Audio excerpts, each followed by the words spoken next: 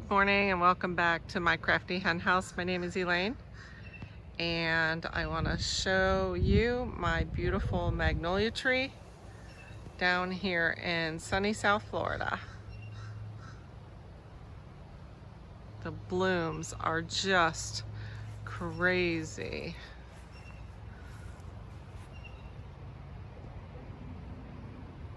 Hey, and welcome back. I'm going to take you on a quick walk back to the garden and let you see how the progress is. And we're doing really well. I did make a couple of adjustments to my garden. I put a shade cloth over the top of the garden to protect the plants. This is a summer garden, so I wanted to be a little on top of things when the heat really set in. So let me turn you around and show you. So this is the shade cloth we put up. We put risers on the corners. I believe I mentioned in an earlier video that that's what we were gonna do, is put these long risers here, and on the back side. And we have this shade cloth on the top of it. This is a 10 by 13 shade cloth. And let me take you into the garden, show you how well everything is doing. So these are my sweet potatoes. They're starting to come up. I'm gonna wait for them to get a little bit bigger, then we'll pull them out and get them into some water. My onions. These are the beefsteak tomatoes. These are the other Campari tomatoes that I transplanted into 5-gallon pots. My nata pinos are still growing nicely after we transplanted them. More onions, tomatoes. This is a huckleberry. My garlic. These are elderberries that I'm growing here in these pots. And look at how nicely my marigolds have done. They're just beautiful. I can't wait for them to grow up. It'll be a beautiful sight with all those yellow flowers. And these are more of my tomatoes, how well they're doing. My Italian oregano. More huckleberries, Campares, tomatoes. And on this side, I have the yellow pear tomatoes. More Campares that I planted in buckets. These are my peppers. I started additional peppers in this cage. The rabbits, I think, got in there. And these are marigolds growing through here. And it looks like something went through this area and ate the marigolds down, because this whole area was filled with marigolds as well. I did have a little bit of a pest problem on this branch right here, and I looked on the bottom side and there was some little eggs on there, and I came out and I sprayed, but it didn't seem to go to any other leaf that I see. So this is the only branch that was affected. Well, there's that little one down there. I plan on coming in and trimming up all of my tomato plants up to probably around here. So all of these will come off, and then we'll just have the leaves above the cage. And then over here is a spearmint. I have more huckleberries growing back here, finding the space to put everything. And then you can see that my green stalk has really come in nicely. These are all calendula at the top. Then I have basil, I have some lemon balm, blue sage at the bottom, and there's some parsley right here. And I have intentions of planting this whole rows, these empties, with strawberries. These are peonies that I purchased here and here. And back here in these 3 pots, they have not come up yet. I'm almost tempted to dig into them to see if they're actually even growing. And then over here, these are my beefsteak tomatoes, and I have a problem with something getting into here and chewing off the stems. I'm not quite sure what it is. It could be a worm. This one right here as well, you can see where it went in and chopped off the top of the beefsteaks. Same with this other beefsteak over here, you can see where it was nipped off. The top is really healthy. I hear that there could be like a worm that is right underneath the surface, and that you can use coffee grounds. So I did collect some coffee grounds, and that should deter them. And I'll go ahead and I'll cast coffee grounds all across the top of the soil and see if that doesn't deter them. But as you can see, everything is growing so nicely. I'm very, very lucky. I'm very blessed that everything is growing as nicely as it is. But I'm going to take you real quickly into where all my seeds are growing and show you what I have going on in there. So here we are back in the hen house where I have my seeds, and I decided to start some Swiss chard just to see if I could grow it, and it's doing very, very well. The muskellin did not take off. I'm not sure if the soil wasn't too dense when I planted, and the seeds struggled to come up, but none of them took off. So it might be the seeds as well. But the Swiss chard did really good.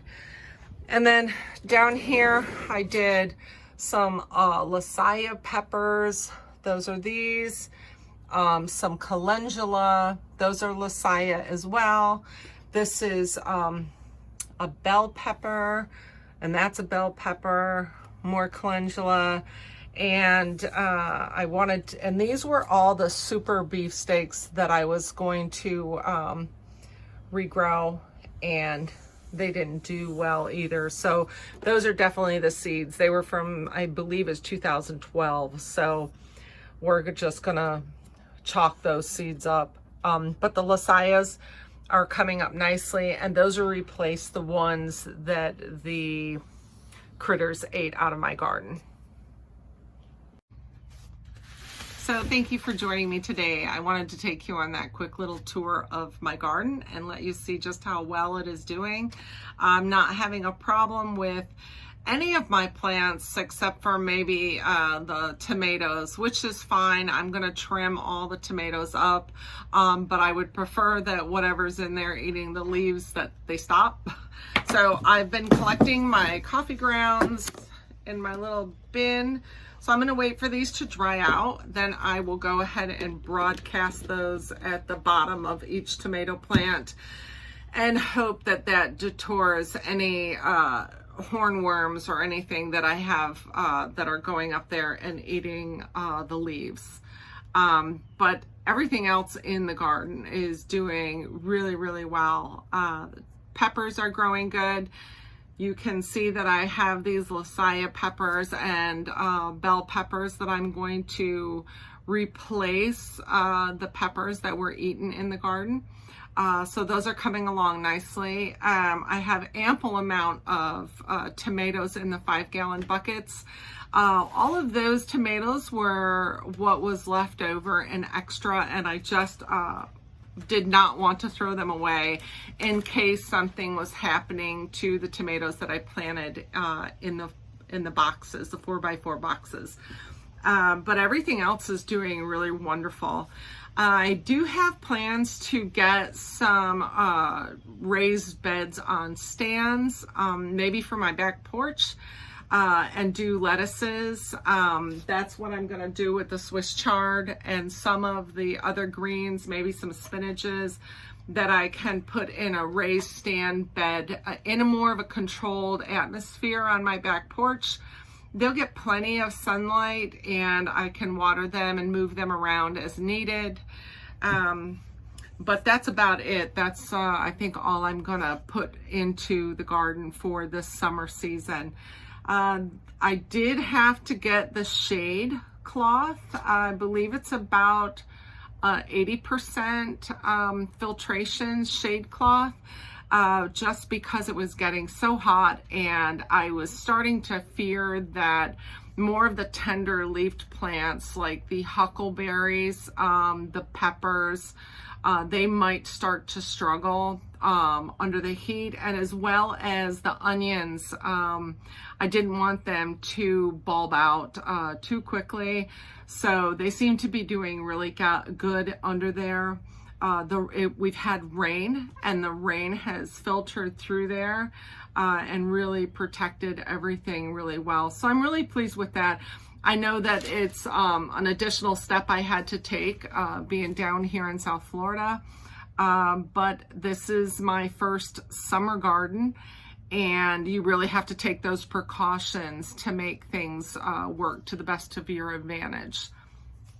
Another thing I was thinking about is possibly when it comes time to replant next summer, I'm going to focus on one crop. What I have is sufficient right now, and it's good as a trial for a summer garden, but I really feel that the abundance of, say, tomatoes would be better if the entire garden was tomatoes. My garden is only a 14 by 16. As you can see, there is a section about 14 by maybe 8 that is used for a walkway. So that really brings down the space, the growing space in the garden. And I really think because I have 365 days of growing season, I can utilize my time better, and my harvest will be more abundant if I concentrate on one vegetable at a time. So I think when the fall season comes around for growing, I'm going to, and I've harvested all the onions, and the tomatoes are on their way out, and the peppers are on their way out in the far back boxes. I'm going to think about just doing pole beans or bush beans in those planters so that I can produce an abundance of vegetables all in one fell swoop. I don't have to worry about just a couple of plants surviving, and I'm not going to be able to draw the yield that I need to even have a couple weeks worth of meals. You really need to plan an abundance for even a family of 2 to really yield what you need to put up, whether it's in your freezer or it's in canning. So with this small garden, it's really been, it's been a good learning tool. I'm finding right now what I can grow.